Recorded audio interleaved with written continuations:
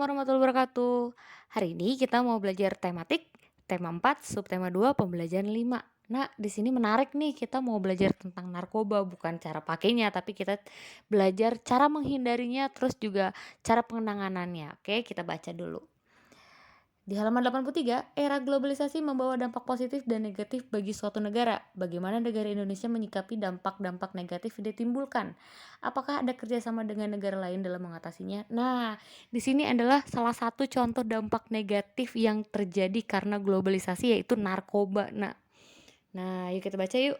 Masyarakat ASEAN bebas narkoba. Era globalisasi memberi kemudahan masyarakat dalam hal komunikasi dan transportasi.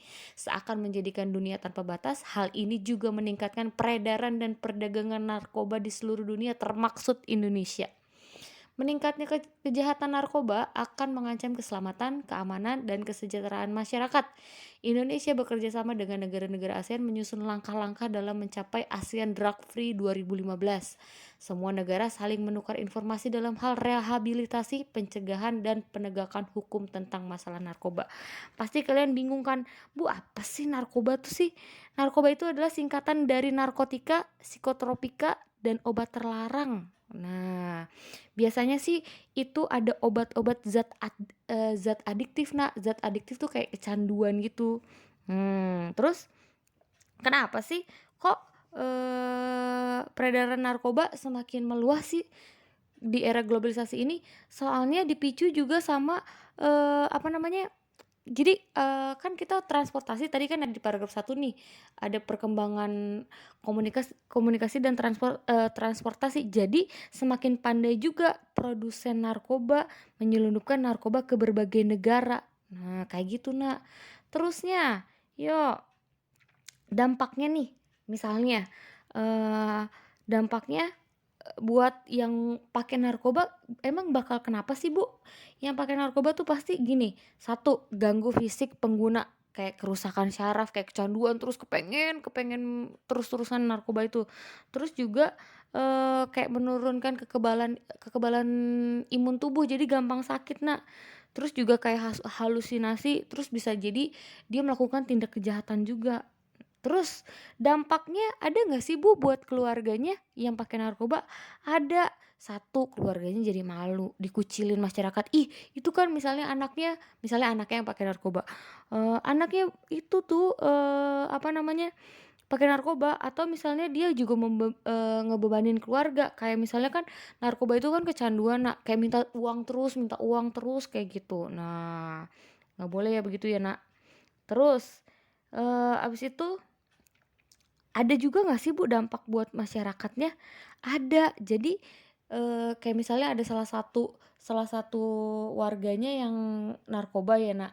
Terus dia itu, apa namanya, kayak ikut bisa juga terpengaruh, kayak misalnya coba-coba juga, terus juga, kayak apa, penggunaan kayak lingkungannya tuh jadi nggak aman, kayak takutnya si penggunanya ini kayak melakukan tindakan kejahatan kayak maling gitu. Nah, terus ada dampaknya lagi nggak sih buat bangsa Indonesia? Ada. Jadi kayak Indonesia tuh kayak kehilangan penerus bangsa. Harusnya bangsa-bangsa muda ini yang harusnya nerusin pengganti-pengganti pemimpin yang sekarang, jadi malah pakai narkoba kan nggak bisa ya, Nak. Nah, terus, apa sih, kenapa sih si ASEAN ini yang tadi di paragraf 2, ASEAN ini merencanakan, drug free 2015? Karena tadi meluasnya jalur peredaran narkoba di kawasan dunia. Jadi kita harus mencegahnya nih, makanya Indonesia juga ikutan, ya. Terus peran Indonesia apa supaya mewujudkan drug free? Satu, melakukan pencegahan, pemberantasan penyalahgunaan dan peredaran gelap narkoba. Terus kayak, apa, usaha pencegahan, terus memperkuat dan membenahi aparaturnya, kayak diperketat lagi tuh, Nak, keamanannya. Terus apalagi, ngasih tahu informasi ke anak-anak muda kalau narkoba ini nggak boleh sama sekali, nggak boleh, ya. Terus, eee, apa yang harus kita lakukan nih untuk mencegah narkoba nih kira-kira? Satu, kita harus tahu bahayanya narkoba apa. terus melakukan hal-hal positif, terus juga, harus harmonis sama keluarga. Jadi komunikasi sama anak, sama ibu, sama ayah. Jadi, keluarga tuh tahu hari ini ngapain aja, apa yang dilakuin ya kan. Kalau misalnya ada yang nawar-nawarin kayak gitu jangan mau, Nak, ya. Apalagi orangnya mencurigakan, ya.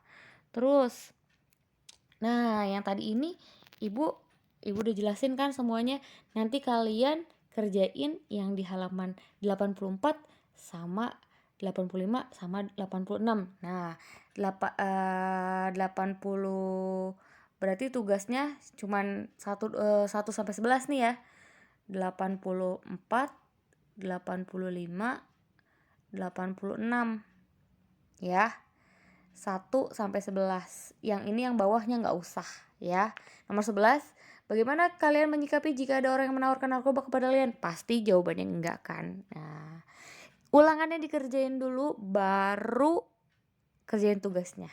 Oke, Assalamualaikum warahmatullahi wabarakatuh.